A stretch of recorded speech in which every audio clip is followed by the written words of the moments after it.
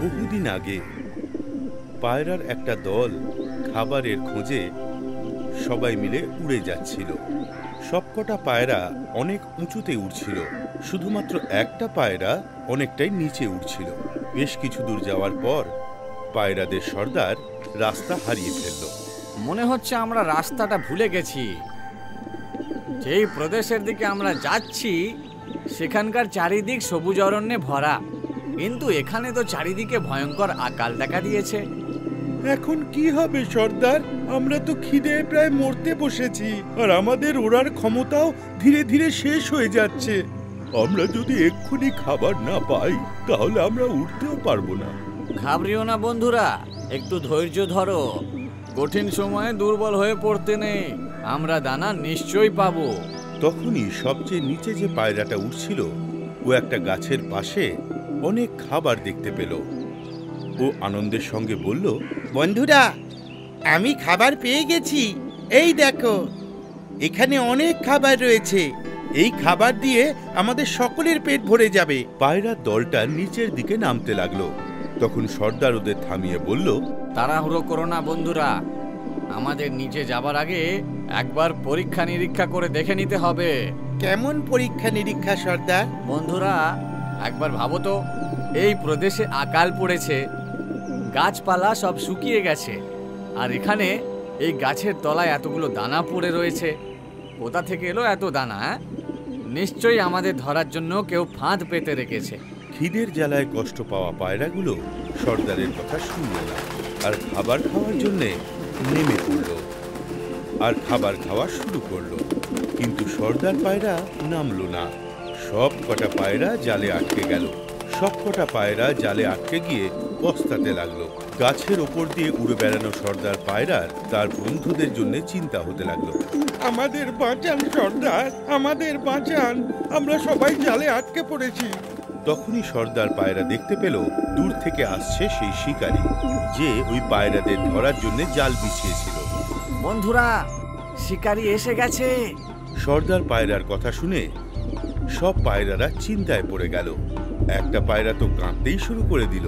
এখন আমরা মারা পড়ব। যেদিক থেকে শিকারী দৌড়ে আসছিল সবাই সেই দিকেই তাকিয়ে রইল। আমাদেরকে বাঁচাও সর্দার, না হলে এই শিকারী আমাদের মেরে ফেলবে।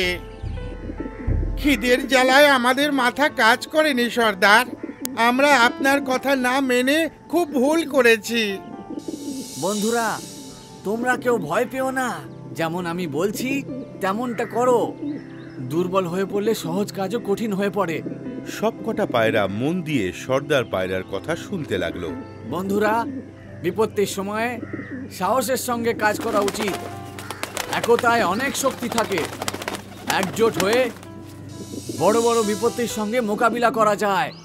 শোনো, জাল হয়তো মজবুত নিশ্চয়ই হবে, কিন্তু এর মধ্যে এত শক্তি নেই যে একতার শক্তিকে হারিয়ে দিতে পারে।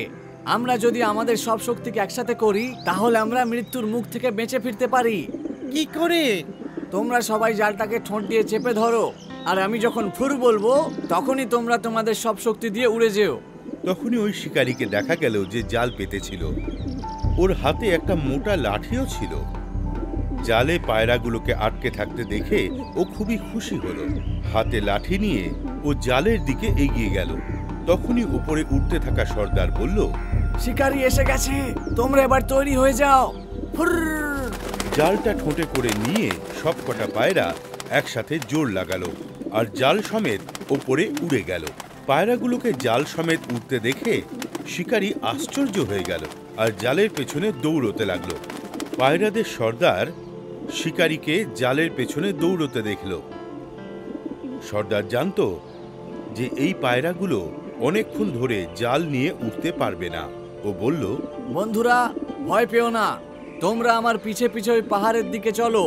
ওখানে আমার বন্ধু ইঁদুর রয়েছে। শিকারী পৌঁছানোর আগেই ও তোমাদের জাল কেটে দেবে, আর তোমরা সবাই মুক্ত হয়ে যাবে। সব পায়রাগুলো জাল নিয়ে পাহাড়ের দিকে উড়ে চলল। পাহাড়ে পৌঁছে সর্দার নিজের বন্ধু ইঁদুরকে ডাকল আর জাল কেটে পায়রাগুলোকে মুক্ত করার জন্য অনুরোধ করল। গর্ত থেকে বেরিয়ে ইঁদুর পুরো জালটা আনন্দের সঙ্গে কেটে ফেলল। সব পায়রাগুলো ওই ইঁদুরকে ধন্যবাদ জানালো আর উড়ে নিজের বাসার দিকে ফিরে চলল। আর শিকারী হতবম্ব হয়ে দাঁড়িয়ে রইল। শিক্ষা: একতা থাকলে অনেক বড় সমস্যারও সমাধান করা যায়। আমাদের ইউটিউব চ্যানেলকে এখনই সাবস্ক্রাইব করুন। নতুন ভিডিও দেখার জন্য বেল আইকন অবশ্যই টিপুন। আপনারা আমাদের ভিডিওর ওপর নিজেদের কমেন্ট নিশ্চয়ই দেবেন। আর ভিডিওটি লাইক করে বন্ধুদেরকে শেয়ার অবশ্যই করুন।